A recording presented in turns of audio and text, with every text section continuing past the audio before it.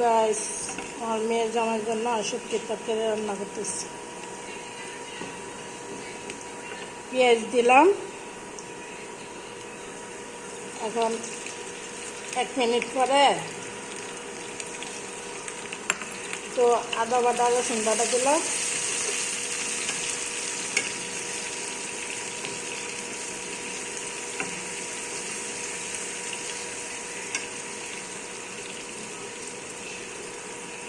এখানে 1 চামচ হলুদ, 1 চামচ মরিচ দিয়ে দিলাম। ঝাল যার যে স্বাদ মতো খাবেন। তারপরে আবার কাঁচামরিচ দিব, যার যে প্রয়োজন এতটুকু জাল খাবে। আমার যতটুকু লাগে এতটুকু আমি দিয়েছি।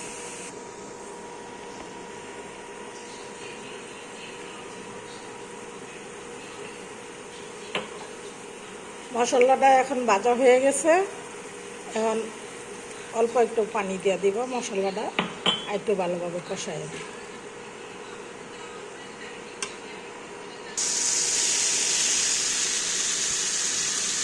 এখন মশলাটা কষানো হয়ে গেছে, 2টা আলু আর কাঁঠালের বিচি দিলাম।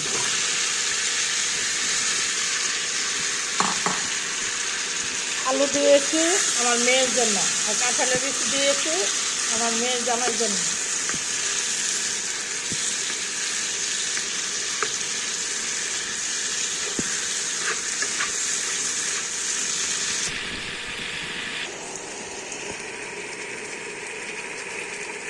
এখন 1 কাপ পানি দিয়ে দিব,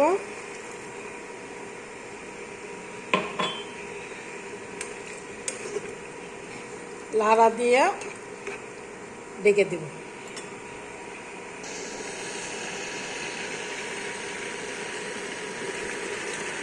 গুছিয়ে নিলাম, এখন দিয়ে দিব লাড়া দিয়ে লতিগুলো আগে দিয়ে দেই। লতিগুলো ফাঁপ দিয়ে রাখছিলাম, এখন দিয়ে দিলাম।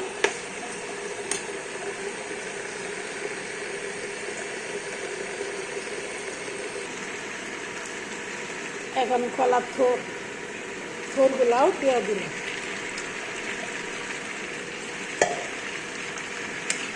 এখন একটা লাড়া দিয়ে ঢেকে দিব।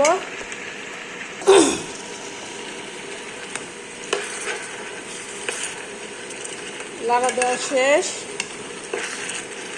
এখন দেখেন এখানে বোম্বাই মরিচ, চেপা রসুন ওগুলা দিয়ে দিলাম। এখন ঢেকে দিব 5 মিনিটের জন্য। এখন গুছাই নিব। দেখেন এখন পুরো তরকারিটা কেমন হয়েছে, অনেক সুন্দর হয়েছে, কালারটাও আসছে সুন্দর। আর কাঁঠালের বিচি আমি যা আছিলা দিছি, কাঁঠালের বিচি চুলায় দিলে পেটে গ্যাস হয়, আর যদি চুলা সহ যদি খাওয়া যায় তাহলে পেটে গ্যাস হয় না।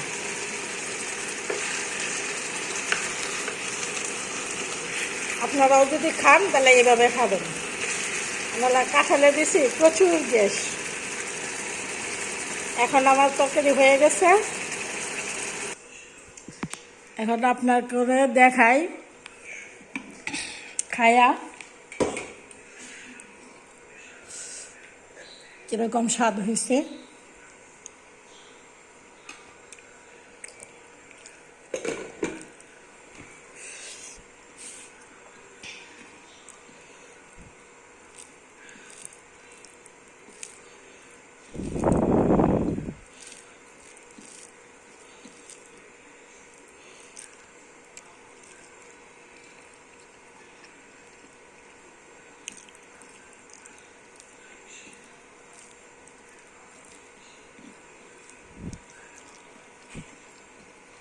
সেরকম মজা হয়েছে।